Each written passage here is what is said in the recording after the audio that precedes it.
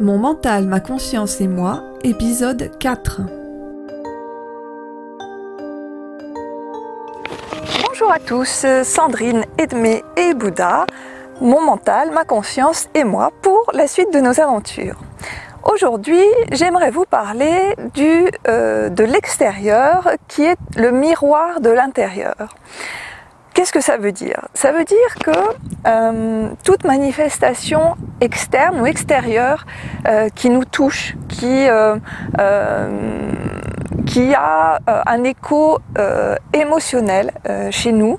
Alors ça peut être l'injustice, ça peut être la jalousie, ça peut être un blocage, se sentir bloqué dans sa vie, au travail, ne pas faire un travail qui nous plaît, ne pas être écouté, ne pas avoir de place.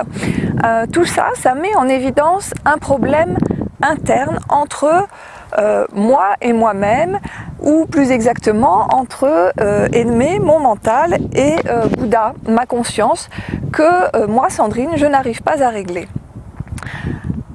Alors, la première chose par rapport à ça, c'est que c'est difficile à accepter. Parce que moi, Sandrine en particulier, puisque c'est un cas que je connais très bien, je peux vous dire que je fais toujours du mieux que je peux, que je me donne du mal pour améliorer les choses dans ma vie. Pendant 20 ans, j'ai cherché ce que j'aimerais faire de ma vie et j'ai essayé des tas de choses différentes. Enfin, vraiment, j'ai travaillé très dur pour améliorer les choses.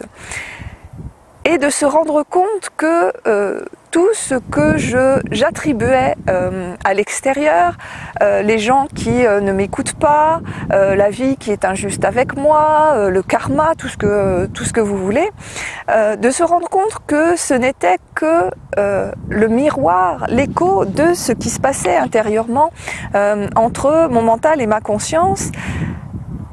Ça a été un petit peu difficile à avaler au départ. Il m'a fallu un petit peu de temps pour arriver à l'accepter sans jugement, à accepter que quelque chose se passait mal, que je ne l'avais pas vu avant, que je n'étais pas la personne parfaite que j'essayais d'être. Et tout ça, voilà, ça m'a demandé un petit peu de temps, un petit peu de travail, d'avancer avec bienveillance vers moi-même, de la bienveillance envers Edmé qui prend beaucoup de place, de la bienveillance envers Bouddha qui n'en prend pas tout à fait assez, et surtout beaucoup de bienveillance envers moi-même, Sandrine, qui fait ce que je peux avec les moyens que j'ai. Parce que l'important, c'est de faire du mieux qu'on peut, toujours. Et de ne pas juger a posteriori les erreurs qu'on a fait auparavant. Parce que c'est toujours plus facile après de se dire qu'on aurait mieux fait de faire comme ci ou comme ça, ou que ça aurait été plus facile de passer par ailleurs. Mais j'ai choisi un chemin. Alors ça n'a pas été forcément le plus facile, mais c'est celui que j'ai pu choisir, c'est celui que j'étais à même de faire à ce moment-là.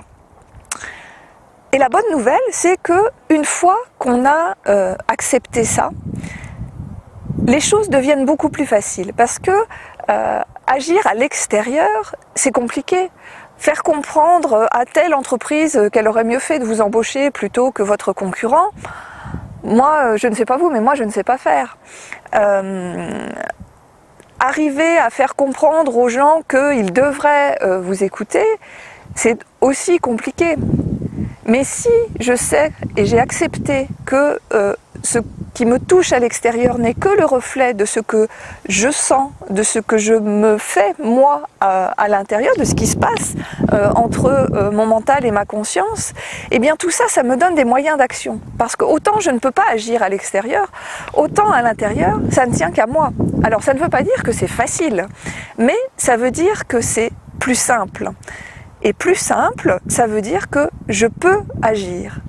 Je peux prêter attention à toutes ces petites voix, toutes ces petites gesticulations de notre ami Edmé ici présent.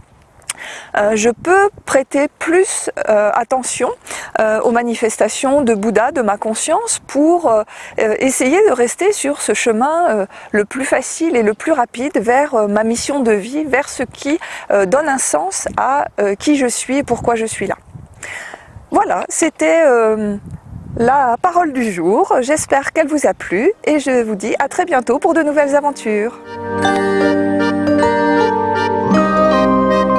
C'était Mon mental, ma conscience et moi, une production Ilae Sandrine Besson.